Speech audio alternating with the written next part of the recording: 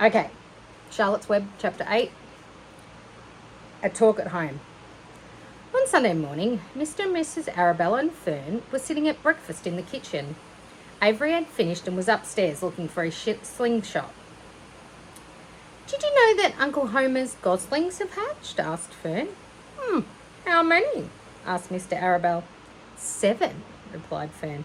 "There were 8 eggs, but one egg didn't hatch, and the goose told Templeton he didn't want it anymore, so he took it away." "The goose did what?" asked Mrs. Arabella, gazing at her daughter with a queer, worried look. "Told Templeton she didn't want the egg." "Any more?" repeated Fern. "Who's Templeton?" asked Mrs. Arabella. "Oh, he's the rat," replied Fern. "None of us like him much." Who's us?" asked Mr. Arabella. "Oh, everybody in the barn cellar, Wilbur and the sheep and the lambs and the goose and the gander and the goslings and Charlotte and me." "Charlotte?"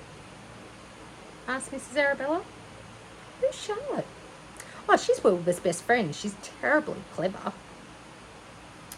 "What does she look like?" asked Mrs. Arabella. "Well," said Fern thoughtfully, "she has 8 legs. All spiders do, I guess." "Charlotte is a spider?" asked Fern's mother. "Yeah, a big grey one. She has a web across the top of Wilbur's doorway. She catches flies and sucks their blood. Wilbur adores her." "Oh, does he really?" said Mrs. Arabella, rather vaguely. She was staring at Fern with a worried expression on her face. "Oh, yeah. Wilbur adores Charlotte," said Fern. "Do you know what Charlotte said when the gosling hatched?" "I haven't the faintest idea," said Mr. Arabella. "Tell us." "Well, when the first gosling stuck its little head out from under the goose, I was sitting on my stool in the corner, and Charlotte was on her web. She made a speech. She said, I am sure that every one of us here in the barn cellar will be gratified to learn that after 4 weeks of unremitting effort and patience on the part of the goose, she now has something to show for it." "Don't you think that was a pleasant thing for her to say?" "Oh, yes, I do," said Mrs. Arabella. "And now, Fern, it's time for you to get ready for Sunday school and tell Avery to get ready. And this afternoon you can tell me more about what goes on at Uncle Homer's barn. Aren't you spending quite a lot of time there? You go there almost every afternoon, don't you?" "I like it there," replied Fern. She wiped her mouth and ran upstairs.